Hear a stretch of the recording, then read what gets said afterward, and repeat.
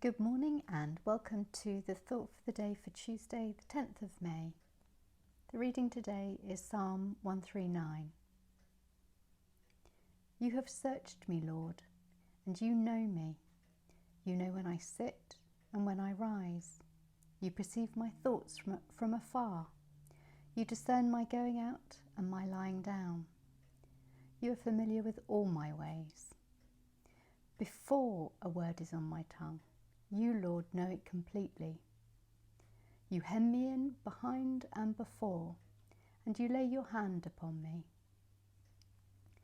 Such knowledge is too wonderful for me, too lofty for me to attain. Where can I go from your spirit? Where can I flee from your presence? If I go up to the heavens, you are there. If I make my bed in the depths, you are there.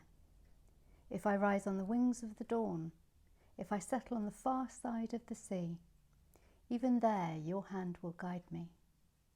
Your right hand will hold me fast.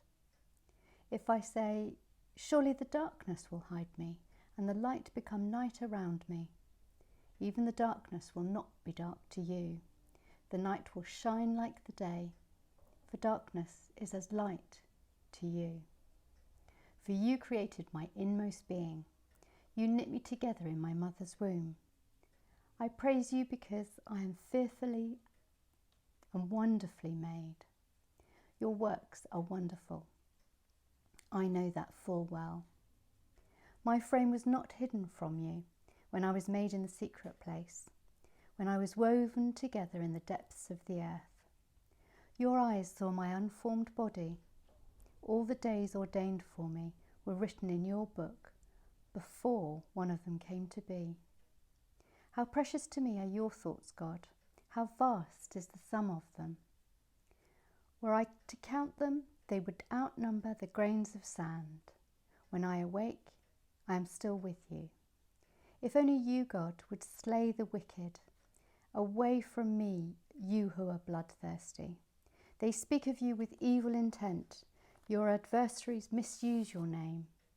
Do I not hate those who hate you, Lord, and abhor those who are in rebellion against you?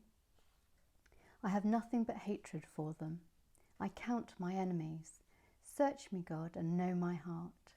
Test me and know my anxious thoughts. See if there is any offensive way in me, and lead me in the way everlasting.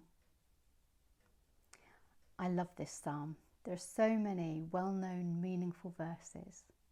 Apart from being very poetic, there's so much in it when you start to look at it, as is often the case. But I'm going to focus on just a few things that struck me. In those first few verses where it's described so clearly that God is everywhere, omnipresent, there's something about the idea that there's nowhere you can go to get away from God. This could be seen as a negative if it were in a big brother sort of way, or if you were setting out to do wicked and unspeakable things. But for me, I take great comfort from knowing that whatever's happening, God is there with me, in the midst of it, able to guide me and help me, if only I put my trust in him. But not only is he always with us, he knows us better than we know ourselves, and he still loves us. His knowledge is more than just facts that we can understand. He really is omniscient, which is sometimes beyond our comprehension. In verse 6, such knowledge is too wonderful for me, too lofty for me to attain.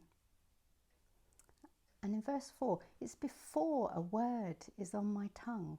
You know it, Lord, completely, and you perceive my thoughts from afar. He knows what we're going to do before we do it, and yet we still have free will and are allowed to make our own decisions and mistakes, and he still loves us. So we see the omnipresent, we see the omniscient, which just leaves the omnipotent, the all-powerful. This comes out in the wonder of creation, but particularly in the creation of each one of us. I praise you because I am fearfully and wonderfully made. Your works are wonderful. Going back to the original Hebrew words, Yeah, or fearfully, means with great respect, honour and reverence. And pala, or wonderfully, means unique, special and set apart. And we are all different, we are all unique. It's something to be celebrated. But we seem to have such problems accepting people who are different from us, and even accepting ourselves as God has made us. Self-esteem, especially amongst young people, seems to be at an all-time low. Whether it's filters on cameras or full-blown plastic surgery, I can't help thinking that looking for happiness down that route is like looking for gold at the end of the rainbow. And yet, in the words of Dr. Edith Eger, the Holocaust survivor who helps people survive trauma, God does not make rubbish. But how often do we look in the mirror and thank God instead of saying, I wish my nose was smaller or my lips were bigger? But it's not just the physical creation of our bodies that God is responsible for. In verse 16, all the days ordained for me were written in your book before one of them came to be.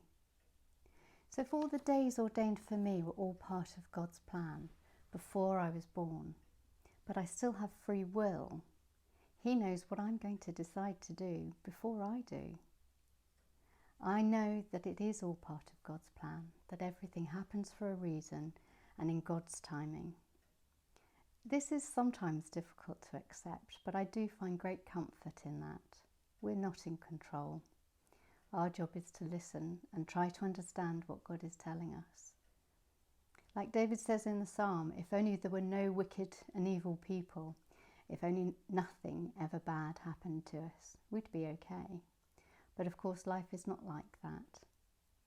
But if we remember that we are God's masterpiece, that He knows us and He still loves us, we can fulfill our purpose that He's laid out for us. I hope you have a wonderful day.